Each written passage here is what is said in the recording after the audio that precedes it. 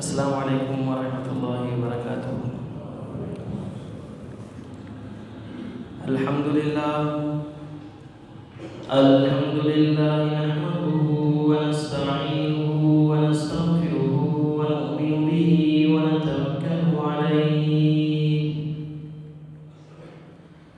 ونعوذ باللہ من شرور انفسنا ومن سیئات اعمالنا، من يهده الله فلا مضل له ومن يضلل فلا هادي له،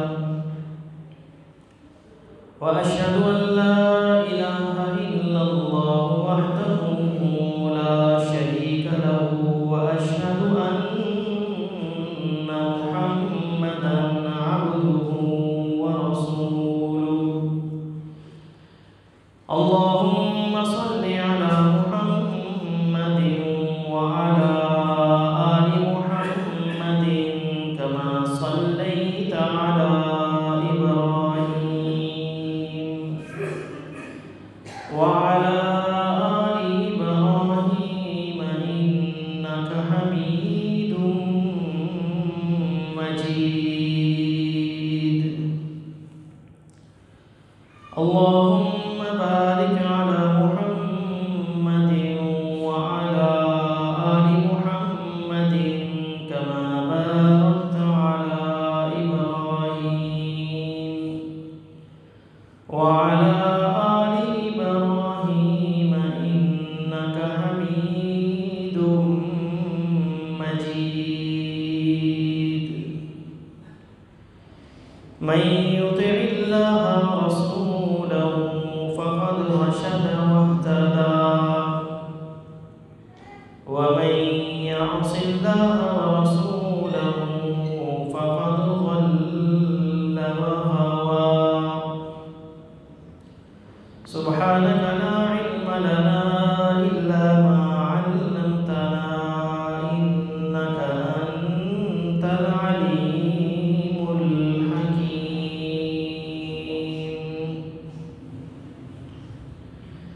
رب اشرح لي صدري ويسر لي أمري واحلل عقدة من لساني يفقهوا قولي،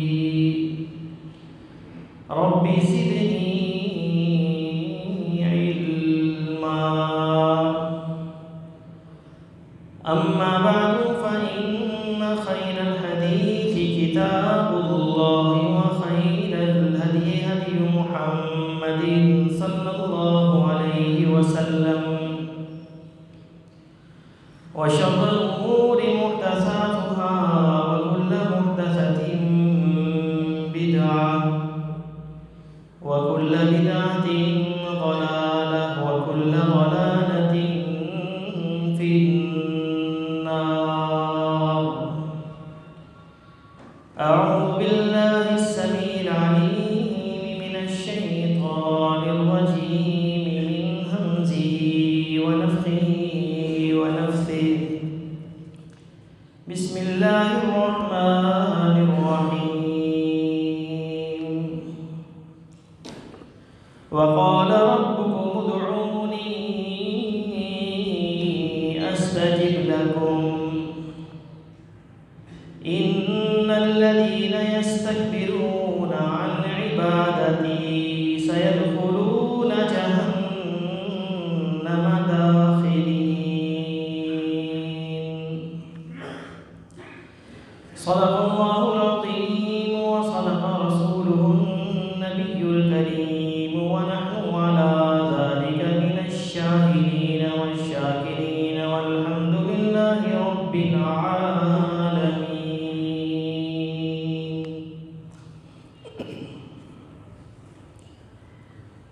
ہر قسم کی تعریفات، تسبیحات، تحمیدات، تمجیدات، تحلیلات، تکبیرات اور عبادات کے لائق صرف اور صرف اللہ وحدہ لا شریک احسن الخالقین ارحم الراحمین، احکم الحاکمین، ذوالجلال والاکرام ہے۔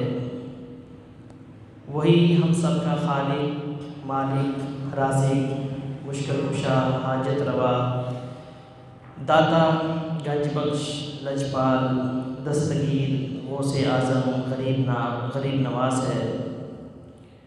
وہی بگڑیا بنانے والا ہے، اولاد دینے والا ہے، نفع نقصان کا مالک، نفع نقصان کا اختیار رکھنے والا ہے۔ زمین و آسمان کا یہ سارا نظام وہ اکیلے ہی چلانے والا ہے۔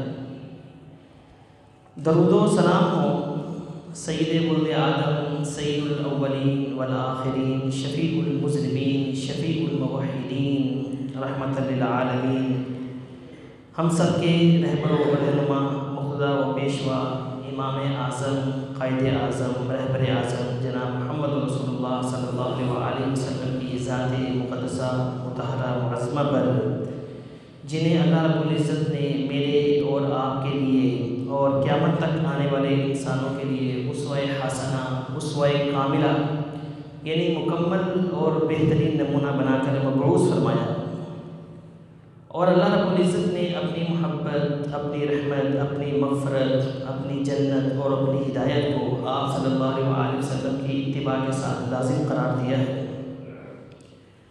وہ ہمارے عظیم پیغمبر کہ جن کا شان، جن کا تذکرہ، جن کی تعریف جتنی بھی بیان کی جائے اتنی ہی کم ہے۔ رمضان کا یہ مقدس مہینہ، بابرکت مہینہ، اور جمعۃ المبارک کی اس مبارک گھڑی میں، مبارک مقام پر، مبارک دن میں، مبارک ساعت کے اندر میری طرف سے اور آپ سب کی طرف سے محمد صلی اللہ علیہ وسلم کی ذات گرامی کے اوپر کروڑ درود و سلام۔ رمضان کا مہینہ اپنی تمام تر رحمتوں، برکتوں، نعمتوں اور مغفرت کے وعدوں کے ساتھ ہم پر سایہ فگن ہے، اور جس کا پہلا اشرا ختم ہو چکا ہے، تقریباً آج آخری دن ہے۔ اللہ رب العزت کے جتنے بھی مومن بندے ہیں وہ اس مہینے کے اندر ایک ایک لمحے کو قیمتی جانتے ہیں، ایک ایک لمحے کو بھی ضائع نہیں کرتے۔ اس ماہ کی جتنی بھی خصوصی عبادتیں ہیں ان سب کو بڑے ذوق و شوق کے ساتھ ادا فرماتے ہیں۔ ان خصوصی عبادات میں سے ایک عبادت دعا بھی ہے، جس کا رمضان کے ساتھ بڑا ہی گہرا تعلق ہے۔ رمضان سے ہٹ کر یہ دعا، جس کے بارے میں نبی اکرم صلی اللہ علیہ وسلم فرماتے ہیں الدعاء سلاح المؤمن، دعا مومن کا ہتھیار ہے۔ الدعاء هو العبادہ، دعا ہی عبادت ہے۔ لیس شیء اکرم علی اللہ من الدعاء، اللہ رب العزت کے ہاں دعا سے بڑھ کر کوئی بھی شرف والی چیز نہیں ہے۔ دعا اللہ رب العزت کے ہاں بڑی محبوب ہے، اس کی بڑی تکریم اور تعظیم ہے۔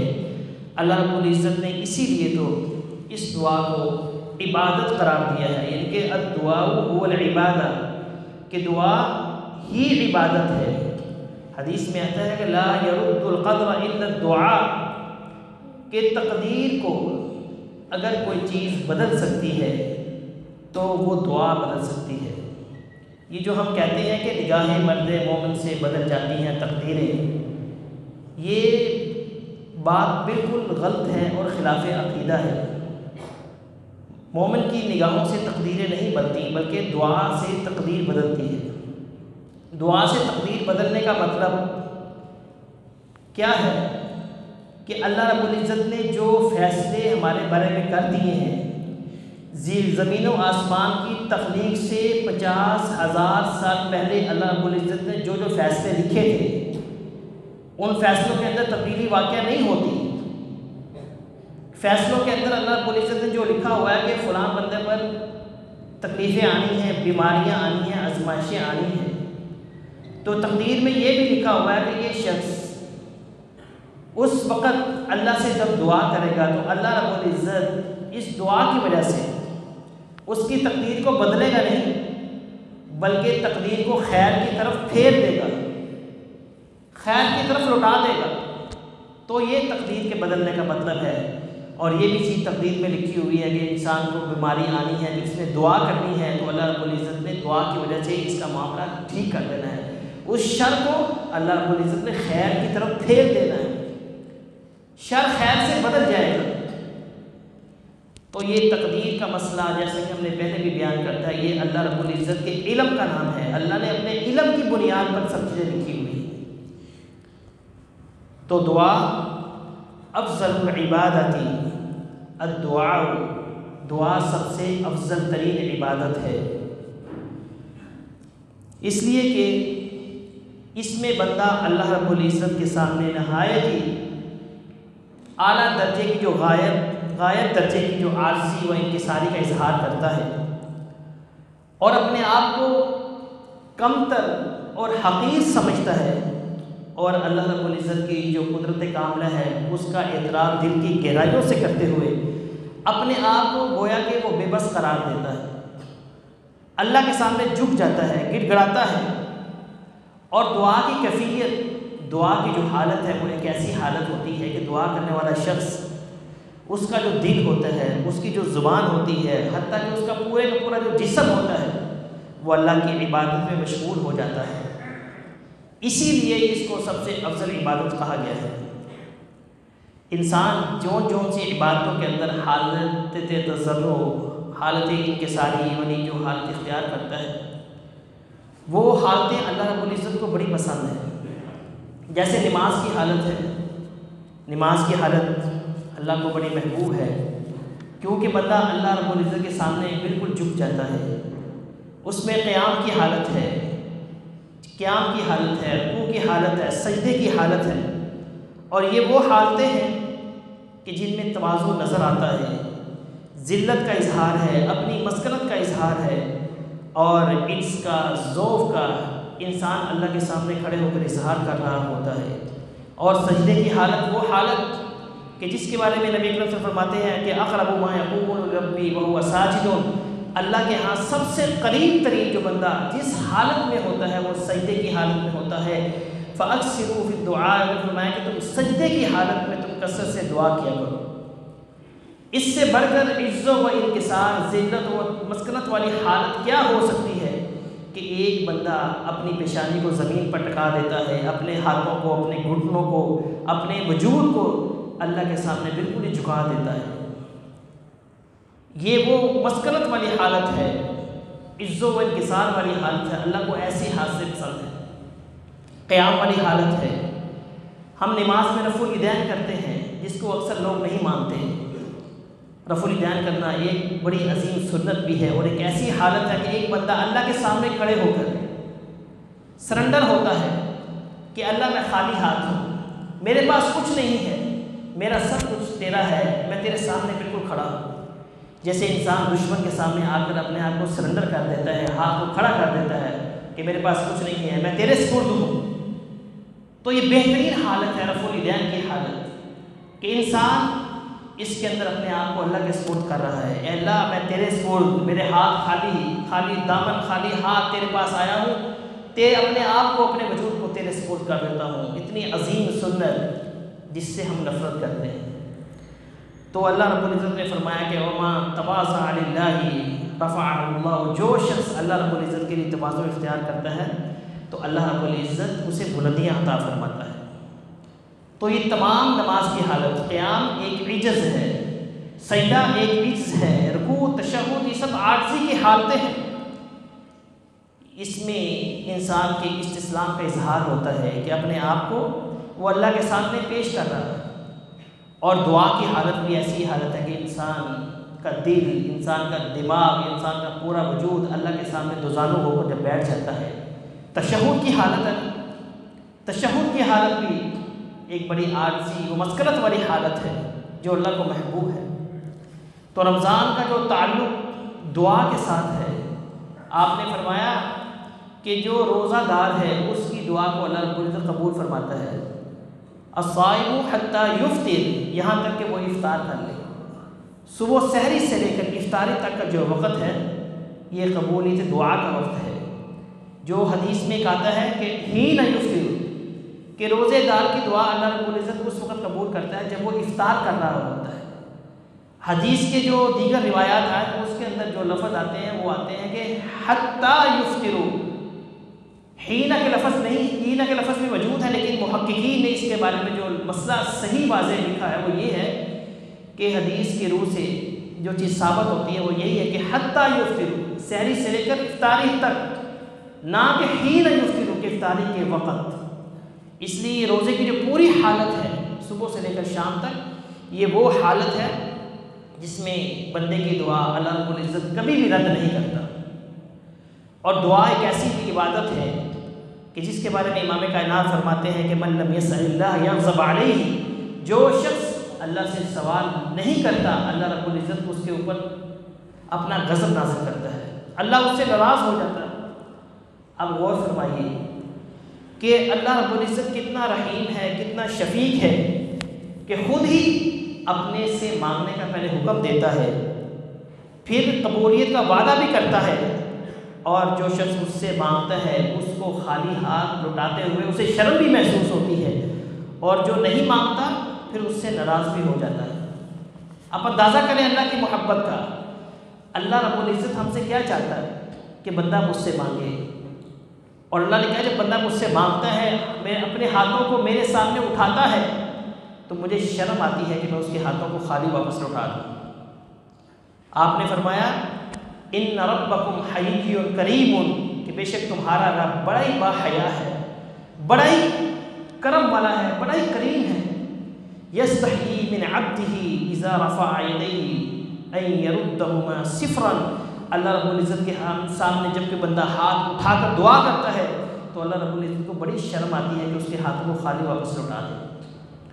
ایک حدیث میں آپ نے فرمایا اذا قال العبد، جب بندہ کہتا ہے کہ یا ربی یا ربی یا ربی یا ربی 4 مرات، 4 مرتبہ کہتا ہے یا ربی یا ربی، تو یقول اللہ عز وجل، اللہ رب العزت ارشاد فرماتے ہیں کہ لبیک یا عبدی سل تعطا، اے میرے بندے سوال کر، تجھے کیا چاہیے میں تجھے عطا کروں۔ اپنی دعاؤں کے اندر لفظ رب کو شامل کریں، ربنا ربنا ربی ربی 4 مرتبہ کہیں، 4 مرتبہ کہہ کر اللہ سے دعا مانگے، اللہ نے دینے کا وعدہ کیا ہے۔ حدیث قدسی ہے، اللہ فرماتا ہے لبیک یا عبدی سل تعطا، اے میرے بندے تو سوال کر کیا چاہیے، اللہ رب العزت سے عطا کرتا ہے۔ اللہ نے ہمیں عبادت کے طریقے بھی بتا دیے، مانگنے کے طریقے بھی بتا دیے کہ بندے اس طریقے سے مانگ، ان الفاظ کے ساتھ مانگ، میں تیری دعائیں قبول کروں گا۔ دعا کے آداب سکھائے۔ نبی اکرم صلی اللہ علیہ وسلم مسجد نبی کے اندر بیٹھے ہوئے ہیں، ایک شخص آیا، آ کر اس نے نماز پڑھی، نماز پڑھ کر اس نے ہاتھوں کو اٹھا کر دعا کرنا شروع کر دی، اللہم اغفر لی وارحمنی۔ نبی اکرم صلی اللہ علیہ وسلم نے فرمایا کہ عجلت یا عبدی، عجلت ایھا المصلی، اے بندے تو نے بہت جلدی کی ہے دعا کرنے، تم اللہ سے مانگ رہے ہو تو مانگنے سے پہلے اس کی شان کے اندر کچھ کلمات تو کہو، اللہ کی حمد و ثنا تو بیان کرو، پھر اللہ سے مانگو۔ اللہ کی حمد و ثنا کیسے بیان کرنی ہے؟ قل هو اللہ احد پڑھ لیں، ساری کی ساری اس میں اللہ کی حمد و ثنا ہے۔ سورۃ الفاتحہ پڑھ لیں، اس میں اللہ کی حمد و ثنا ہے۔ فرمایا کہ پہلے اللہ کی حمد و ثنا بیان کرو، پھر مجھ پر درود پڑھو، اور پھر اس کے بعد اللہ سے مانگ، جو بھی تو مانگے گا اللہ تعالیٰ تیری حاجت کو پورا کرے گا۔ ایک شخص آیا، اس نے آ کر نماز پڑھی، اور آ کر اس نے اللہ کے سامنے ہاتھوں کو اٹھا دیا، پہلے اس نے حمد و ثنا بیان کی، نبی اکرم صلی اللہ علیہ وسلم پر درود بھیجا، تو نبی اکرم صلی اللہ علیہ وسلم نے یہ سن کر کہا کہ اے بندے اب تو اللہ سے جو بھی مانگے گا اللہ تیری وہ حاجت کو پورا کرے گا۔ نبی اکرم صلی اللہ علیہ وسلم نے ایک صحابی کی آواز سنی کہ اس نے دعا کی ہے، دعا اس نے کیسے شروع کی؟ اس نے کہا کہ اللہم انی اسألک اشہد انک انت اللہ لا الہ الا انت الاحد الصمد لم یلد ولم یولد ولم یکن لہ کفوا احد۔ نبی اکرم صلی اللہ علیہ وسلم فرمایا قسم ہے اس ذات کی جس کے ہاتھ میں میری جان ہے، اس شخص نے اس اسم اعظم کے ساتھ اللہ سے دعا کی ہے، اللہ سے اب یہ جو بھی دعا کرے گا اللہ رب العزت اس کی دعا کو کبھی بھی واپس نہیں لوٹائے گا، کبھی رد نہیں کرے گا، دعا لازماً قبول ہوگی۔ اس اسم اعظم کے ساتھ اللہ سے دعائیں مانگے، اللہ نے دینے کا وعدہ کیا ہے۔ امام کائنات نے قسم کھا کر کہا ہے کہ اللہ کبھی اس کی دعا کو رد نہیں کرے گا۔ دعا کا طریقہ سکھا دیا، پہلے اللہ کی حمد و ثنا بیان کریں، درود شریف پڑھیں۔ حمد و ثنا کیسے کرنی ہے؟ سورۃ الفاتحہ پڑھ لیں، قل هو اللہ احد پڑھ لیں، اس کے بعد پھر درود شریف پڑھیں۔ ابی بن کعب ایک صحابی، انہوں نے اللہ کے رسول صلی اللہ علیہ وسلم سے پوچھا، اے اللہ کے رسول جب ہم دعا کرتے ہیں تو دعا کے اندر آپ پر درود کتنا پڑھیں؟ تو آپ نے فرمایا جتنا مرضی درود پڑھو۔ اس نے کہا کہ اللہ کے رسول 1/4 کافی ہے؟ تو آپ نے فرمایا کہ ان زدت فہو خیر لک، اگر تو اس تعداد کو بڑھا دے گا تو تیرے لیے بہتر ہے۔ تو اس نے کہا کہ اللہ کے رسول اگر آدھا آدھا کر لیں، آدھا درود اور آدھے وقت میں دعائیں، تو آپ نے پھر بھی یہی فرمایا کہ ان زدت فہو خیر لک، اگر اس تعداد کو مزید بڑھا لیں تیرے لیے بہتر ہے۔ تو اس صحابی نے پوچھا کہ اللہ کے رسول پھر 2/3 درود شریف اور 1/3 دعا، ایسا ٹھیک ہے؟ آپ نے پھر بھی یہ کہا کہ ان زدت فہو خیر لک، اگر تو اس درود کی تعداد کو مزید بڑھا دے گا تو یہ تیرے لیے بہتر ہے۔ تو ابی بن کعب نے کہا کہ اللہ کے رسول پھر تو ایسا ہی ہے کہ میں سارا وقت درود ہی پڑھتا رہوں، اپنی ضروریات اپنی حاجات اللہ کے سامنے پیش نہ کروں۔ تو آپ نے فرمایا کہ اے کعب اگر تو ایسا کر لے گا تو اذن تکفی ہمک، اگر تو ایسا کر لے گا تو تجھے 2 خوشخبریاں، 2 بشارتیں ملیں کہ اللہ رب العزت تیرے سارے غم، تیری ساری پریشانیاں بھی دور کر دے گا، وَيُغْفَرُ لَكَ ذَنْبُكَ، وہ تیرے سارے گناہ بھی معاف کر دے گا۔ یہ درود شریف کی فضیلت ہے۔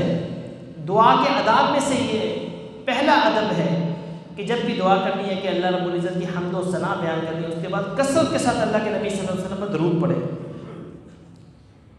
کل میں ایک بیان سن رہا تھا ایک شیخ کا، ڈاکٹر صالح المغامسی، عرب کے بہت بڑے ایک عالم ہیں، بڑے زبردست خطیب ہیں۔ وہ اپنا واقعہ بیان کرتے ہیں کہ میرا بائی پاس آپریشن ہوا، ہارٹ سرجری، 24 گھنٹے بے ہوش رہنے کے بعد جب مجھے ہوش آیا، ریاض کے ایک ہاسپٹل کے اندر ہے، جب مجھے ہوش آیا تو میں دیکھتا ہوں کہ میں اپنے بیڈ پر لیٹا ہوا ہوں، ابھی تمام جو آلات ہیں اسی طرح ساتھ لگے ہوئے ہیں۔ تو فرمایا کہ جب مجھے ہوش آیا تو میں نے سب چیزیں، اپنے اوزار، بیڈ، سارا، میں پیشنٹ تھیٹر کے اندر ہی موجود ہوں اسی حالت میں، اور میں دیکھ رہا ہوں کہ ڈاکٹروں کے چہرے کے اوپر پریشانی کے آثار ہیں۔ 1 ڈاکٹر، 2 ڈاکٹر، 3 ڈاکٹر، بار بار ڈاکٹر آتے ہیں اور باتیں کرتے ہیں، ان کے چہروں سے پریشانی واضح ہے۔ حتیٰ کہ 14 ڈاکٹر میرے بیڈ کے قریب کھڑے ہو کر باتیں کر رہے تھے۔ میں نے ان سے پوچھا کہ کیا معاملہ ہے؟ تو انہوں نے کہا کہ آپ کا بائی پاس آپریشن جو ہوا ہے بالکل ٹھیک ہو گیا ہے، لیکن دل کے اوپر خون جم گیا ہے، تو جس کی وجہ سے ابھی دوبارہ آپ کا آپریشن کرنا پڑے گا۔ ڈاکٹر صالح المغامسی کہتے ہیں پہلے تو میں اتنا خوف زدہ نہیں ہوا تھا آپریشن سے پہلے، لیکن جب دوبارہ آپریشن کا سن کر میں پریشان ہو گیا۔ تو میں نے ان سے کہا کہ ٹھہر جو، مجھے ذرا اشہد ان لا الہ، تشریح پڑھنے دو، اشہد ان لا الہ الا اللہ واشہد ان محمد رسول اللہ۔ کہتے میں نے یہ کلمات کہی، میں بہت ہی پریشان تھا کہ اب نہ جانے کیا ہوگا۔ کہتے ڈاکٹر چلے گئے آپریشن کی تیاری کے لیے، اب وہ آپریشن کی تیاری کے لیے ساز و سامان اکٹھا کر رہے ہیں۔ ایک لبنانی نرس میرے پاس آئی اور اس نے آ کر کہا یا صالح صلی علی محمد، اے صالح محمد صلی اللہ علیہ وسلم پر درود پڑھ۔ کہتے کہ اس کی بات میرے ذہن میں مجھے سمجھ آ گئی، میں نے اس وقت میری زبان سے، دل سے ایسا درود نکلا، میں نے درود شریف پڑھنا شروع کر دیا۔ ڈاکٹر تیاری کر کے جب آپریشن تھیٹر میں داخل ہوئے، جب انہوں نے اپنی سکرینیں دیکھیں تو وہ حیران رہ گئے کہ سارا خون جو جمع ہوا تھا وہ نالیوں کے ذریعے سے بہہ گیا، نکل گیا۔ یہ درود کی برکتیں ہیں۔ درود شریف پڑھیں، بکثرت پڑھیں، کوئی بھی مشکل آ جائے تو تم درود شریف پڑھنا شروع کر دو۔ ڈاکٹر صالح المغامسی اپنا یہ واقعہ بیان کرتے ہیں، لوگوں کو بتا رہے ہیں کہ درود شریف کی برکتیں کیا ہیں۔ دوبارہ آپریشن ہوتا، ممکن ہے میں زندہ نہ بچتا، لیکن ایک لبنانی نرس نے، اللہ رب العزت نے اس کے دل میں یہ بات ڈالی، اس نے بھی تلقین کی کہ درود پڑھو۔ دل سے نکلا ہوا درود مشکل وقت کے اندر، مشکل گھڑی کے اندر اللہ رب العزت کی بڑی قدر کرتا ہے۔ تو اللہ رب العزت سے ہمیں اس کی حمد و ثنا بیان کر کے، اس کے اوپر درود پڑھ کر بکثرت درود کے ساتھ اللہ سے مانگنا چاہیے۔ اور آپ نے فرمایا کہ اللہ سے جو بھی مانگو کم از کم 3 بار مانگو۔ حدیث میں آتا ہے کہ جو شخص اللہ سے 3 بار جنت کا سوال کرتا ہے کہ یا اللہ میں جنت عطا فرما دے، تو جنت بھی کہہ اٹھتی ہے یا اللہ تیرا بندہ جنت مانگ رہا ہے تو جنت دے دے۔ اگر ایک شخص جہنم سے 3 بار بھی پناہ مانگتا ہے تو جہنم پکار اٹھتی ہے یا اللہ تیرا بندہ جہنم سے، آگ سے پناہ طلب کر رہا ہے، اسے جہنم سے آزادی عطا فرما دے۔ اللہ رب العزت کو فقیر بن کر تو دکھائے۔ اللہ رب العزت کو یہ حالتیں اتنی پسند ہیں کہ انسان عاجز ہو کر مجھ سے بس مانگنا شروع کر دے تو اللہ رب العزت اسے عطا کرتا ہے۔ دعا کا دوسرا ادب یہ ہے کہ جب بھی اللہ سے دعا مانگو تو 3 چیزوں کے وسیلے سے دعائیں مانگا کرو۔ پہلا وسیلہ کیا ہے؟ وَلِلَّهِ الْأَسْمَاءُ الْحُسْنَى فَادْعُوهُ بِهَا۔ اللہ رب العزت کے جو اچھے اچھے نام ہیں، ان ناموں کا وسیلہ دے کر اللہ سے مانگو۔ یا اللہ تو رزاق ہے، یا اللہ تو مجھے رزق عطا فرما دے، یا اللہ تو فتاح ہے، یا اللہ تو میرے لیے آسانیاں پیدا فرما دے۔ اللہ کے جتنے بھی نام ہیں ان ناموں کا واسطہ دے کر، یا اللہ تو قدیر ہے، تو فلاں کام کرنے پر قادر ہے، یا اللہ تو میرا فلاں کام کر دے۔ جتنے بھی اللہ رب العزت کے نام ہیں ان ناموں کے وسیلے سے اللہ سے دعائیں مانگو۔ یہ پہلا طریقہ جائز طریقہ ہے۔ اور دوسرا کہ اپنے نیک عمل کے وسیلے سے اللہ سے دعائیں مانگو۔ یا اللہ میں نے فلاں جو عمل کی ہے تیرے لیے کیے ہے، اخلاص کے ساتھ میں نے جو فلاں عمل کیا ہے، یا اللہ تو جانتا ہے کہ میرا یہ عمل خالص تیرے لیے تھا۔ یا اللہ اگر تو نے میرے اس عمل کی قدر کی ہے تو میرے اس عمل کی وجہ سے میری فلاں حاجت کو پورا کر۔ نیک اعمال کا وسیلہ اللہ کے سامنے پیش کرے۔ جیسے کہ صحیح بخاری کے اندر غار والے 3 آدمیوں کا ذکر ہے کہ وہ 3 آدمی جب ایک غار کے اندر پھنس گئے، ہر ایک نے اپنی اپنی دعائیں اللہ کے سامنے پیش کی، اپنے اپنے نیک عمل اللہ کے سامنے پیش کیے۔ تفصیل آپ کو علم ہے۔ تو حدیث میں آتا ہے جب انہوں نے اپنے نیک اعمال کا وسیلہ دے کر اللہ سے دعائیں مانگی تو وہ چٹان کا منہ کھل گیا، چٹان کا منہ کھل گیا، وہ اس غار سے باہر نکل آئے۔ ایک حدیث میں آتا ہے کہ دعا کے بعد وہ چٹان، وہ پتھر ریزہ ریزہ ہو گیا۔ یہ دعا کی طاقت ہے، یہ دعا کی تاثیر ہے کہ کتنا بڑا پتھر جو کہ غار کے دہانے کے اوپر آ کر گر گیا، رستہ بند ہو گیا تھا، انہوں نے اللہ کے سامنے اپنے 3 عمل پیش کیے تھے۔ ہمارے بھی عمل ہونے چاہیے کہ جو مشکل گھڑی میں اللہ کے سامنے پیش کر کے ہم اللہ سے دعا مانگیں۔ کہیں ایسا نہ ہو کہ مشکل گھڑی میں ہم سوچتے رہیں کہ یا اللہ میرا تو کوئی عمل ہی نہیں ہے نیک، میں نے کوئی ایسا عمل کیا ہی نہیں جسے ہم اللہ کے سامنے پیش کر سکیں۔ ایسی اگر ہماری حالت ہو گئی تو سمجھے کہ کتنی بڑی بد نصیبی ہے ہماری کہ اللہ کے سامنے ہمارے پاس کوئی اچھا عمل ہی نہیں ہے، کوئی اچھی نیکی نہیں ہے، کوئی ایسا عمل ہی نہیں ہے کہ جسے بطور وسیلہ اللہ کے سامنے پیش کرے۔ اب وہ ماں کا فرما بردار تھا نا، اس نے اپنی ماں کی خدمت پیش کی اور وہ بکریوں کا چرواہا، اور وہ جو شخص گناہ سے نادم ہو کر اسے توبہ کرنی تھی، اب چچا کی بیٹی کے پاس نہیں گیا تھا، دل میں اللہ کا خوف پیدا ہو گیا تھا۔ ان کو پتا تھا کہ ہمارے یہ عمل اللہ کو بڑے محبوب ہیں، بڑے پسندیدہ ہیں، اسی عمل کا وسیلہ دیا۔ ذرا اپنے اوپر غور کریں کہ ہمارے کتنے اعمال ہیں زندگیوں میں جو ہم نے خالص اللہ کے لیے کیے ہیں اور اب بھی ہمیں یاد ہے اور ہمیں یقین ہے کہ میرا یہ عمل ایسا عمل ہے جو اللہ کے سامنے پیش کروں گا، اللہ مجھے اس عمل کے وسیلے سے میری تمام حاجتیں دور کر دے گا، تمام پریشانیاں دور کر دے گا، تمام میری ضروریات کو پورا کرے گا۔ اس لیے ہمارے اعمال بھی ایسے ہونے چاہیے۔ قرآن مجید میں اللہ رب العزت نے بھی ہمیں وسیلے کا یہ طریقہ بتایا ہے کہ ربنا اننا آمنا فاغفر لنا ذنوبنا۔ اللہ فرماتا ہے کہ میرے جو مومن بندے ہیں وہ جب مجھ سے دعا کرتے ہیں کہ اس طریقے سے دعا کرتے ہیں کہ ربنا، اے میرے رب، آمنا، ہم ایمان لائے۔ یہ ایمان لانا ایک نیک عمل ہے، اپنے اس عمل کا وسیلہ دے رہے ہیں، اے میرے رب ہم ایمان لائے، تو اس ایمان لانے کی وجہ سے یہ ہمارا نیک عمل ہے، تیرے سامنے پیش کر رہے ہیں، فاغفر لنا ذنوبنا، بس تو ہمیں بخش دے، ہمارے گناہوں کو معاف کر۔ رسول اللہ صلی اللہ علیہ وسلم کی جو محبت ہے وہ جزو ایمان ہے۔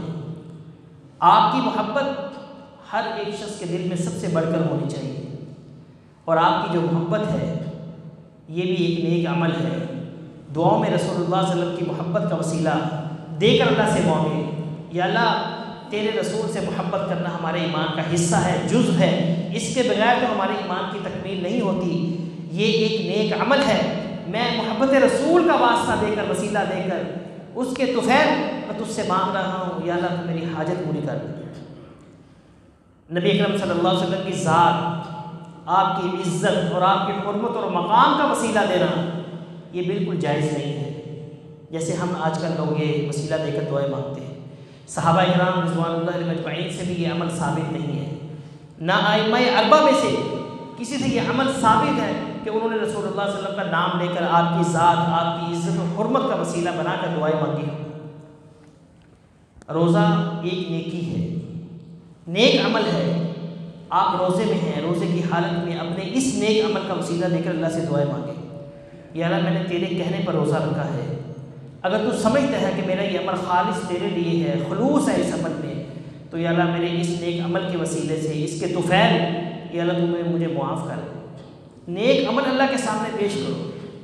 اور تیسری قسم ہے کہ جو نیک لوگ ہیں زندہ، ان سے دعائیں کروائیں، مردوں سے نہیں، جو شخص فوت ہو چکا ہے ان سے دعائیں نہیں کروانی، ان کے وسیلے نہیں ڈالنے، نیک زندہ اگر کوئی شخص موجود ہے تو اس کے وسیلے سے تم دعا کرواؤ۔ جیسے صحابہ کرام نبی اکرم صلی اللہ علیہ وسلم کے پاس آتے اور آ کر آپ سے درخواست کرتے ہیں کہ اللہ کے رسول ہمارے لیے دعا کر دیں۔ جیسے ایک شخص آیا، بارش نہ ہونے کی شکایت کی، وہ دعا کی درخواست کی، تو رسول اللہ صلی اللہ علیہ وسلم نے ہاتھ کو اٹھا دیے کہ اللہ نے وہ بارش برسا دے۔ کیسے بارش برسی کہ دوبارہ آگے اللہ کے رسول دعا کیجیے، بارش بہت ہو گئی ہے کہ اب تھم جائے۔ زندہ سے نیک بندے کے پاس جائیں، ان سے دعا کی درخواست کریں، یہ ہے دعا، یہ ہے وسیلہ کہ نیک بندے کے ذریعے سے ہم دعا کروائیں۔ اب یہی واقعہ جو بارش والا عمر فاروق رضی اللہ تعالیٰ عنہ کے دور میں ہوا کہ ایک شخص آیا، کہا کہ بارش نہیں ہو رہی، قحط سالی کا خدشہ ہے، دعا فرما دیجیے۔ کہا کہ پہلے تو ہم اللہ کے نبی سے دعا کروایا کرتے تھے، اب وہ دنیا میں نہیں رہے، لیکن ان کے جو چچا عباس موجود ہیں ان کے پاس جاتے ہیں اور ان سے درخواست کرتے ہیں کہ وہ ہمارے لیے دعا کر دیں۔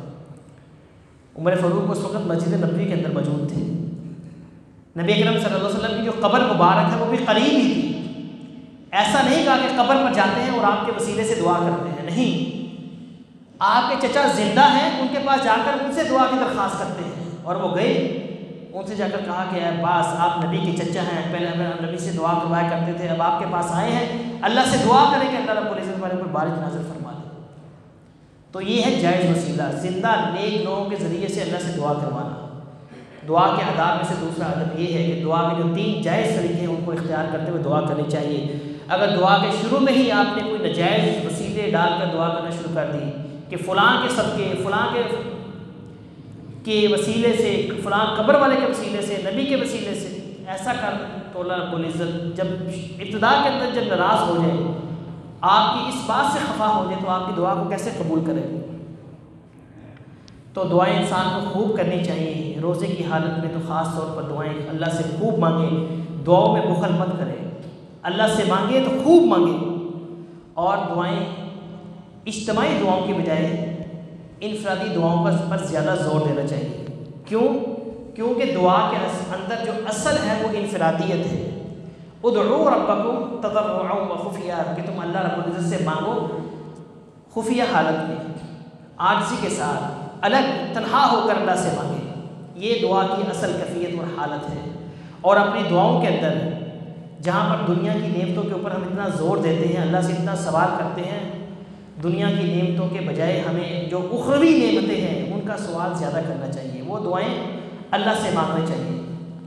کاش کہ ہمیں دعا کی اہمیت سمجھ آ جائے، ہمیں سمجھ آ جائے کہ دعا کی وجہ سے اللہ رب العزت کیسے کیسے فیصلے بدل دیتا ہے، کیسی کیسی مشکلات اللہ رب العزت دعاؤں کی وجہ سے ہم سے دور ہو جاتی ہیں، کتنی ہی بندے کی جو حاجتیں ہیں، ضرورتیں ہیں، وہ دعاؤں سے پوری ہو جاتی ہیں، کتنی ہی ایسی بیماریاں ہیں جو دعاؤں کی وجہ سے ختم ہو جاتی ہیں، کتنے ہی ایسے گناہ ہیں کہ جو انسان کے اللہ رب العزت دعاؤں کی وجہ سے معاف کر دیتا ہے، کتنے ہی لوگوں کی اصلاح اس دعا کی وجہ سے ہو جاتی ہے، کتنے ہی لوگوں کی دعاؤں کے ساتھ اللہ رب العزت انہیں جنتی بنا دیتا ہے، کتنے ہی لوگوں کی دعاؤں کی وجہ سے اللہ رب العزت انہیں جہنم سے آزاد کر دیتا ہے۔ دعاؤں کے اندر بڑی طاقت ہے، اور اس روزے کے اندر، اس ماہ مبارک کے مہینے میں اللہ سے خوب دعائیں کریں، دعا کے ذریعے سے اپنا تعلق اللہ کے ساتھ مضبوط کریں۔ اللہ رب العزت ہمیں وہ آداب جو اس کے نبی نے بتائے ہیں ان کو ملحوظ خاطر رکھتے ہوئے ہمیں خشوع و خضوع کے ساتھ، عاجزی کے ساتھ، تضرع کے ساتھ، مسکنت کے ساتھ اور صرف ایک اللہ سے ہی دعا کرنے کی توفیق عطا فرمائے۔ اقول قولی ھذا استغفر اللہ لی ولکم وآخر دعوانا الحمد للہ رب العالمین۔